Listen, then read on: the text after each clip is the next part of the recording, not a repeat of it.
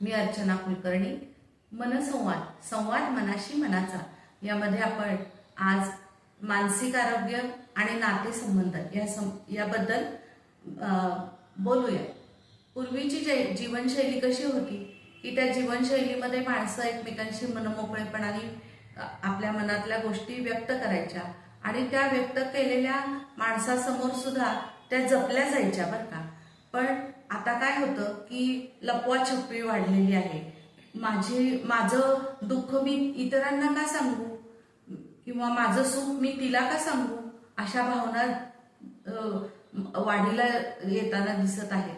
खरंच ह्या भावनांमुळे सुद्धा मेंदूवरती ताण येतो. कारण खरं काय ते मेंदूला माहीत असतं, पण आपण खोटेपणाने जो आविर्भावामध्ये वावरत असतो ना, तो मेंदूला घातक आहे. आणि त्याचबरोबर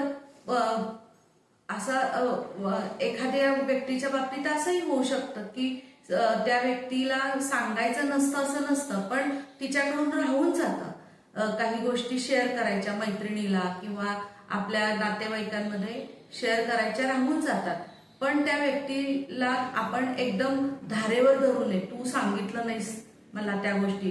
ती व्यक्ती जर म्हणाली की सांगायचं नाही असं नव्हतं, पण माझ्या लक्षात नाही आलं किंवा माझ्या इतर कामाच्या ताणामुळे मी नाही सांगितलं, तर त्या व्यक्तीला आपल्याला माफ करता आलं पाहिजे. कारण का, तर आपणही तिच्याशी तसंच वागलं आणि मग इथे काय होतं की नात्यामध्ये तडा जातो. आणि काही व्यक्तींच्या बाबत काय असतं की ती तेव्हा माझ्याशी तसं वागली ना, मग मी असंच उत्तर देणार, मी अशीच वागणार. हे जी बदल्याची भावना असते ना, ती स्वतःला सर्वात आधी घातक असते आणि दुसरी गोष्ट त्या नात्याला सुद्धा तडा जातो आणि एकमेकांमधला संवाद कमी होतो. तात्पुरतं बोलायचं, तोंड देखलेपणाने बोलायचं असं होतं.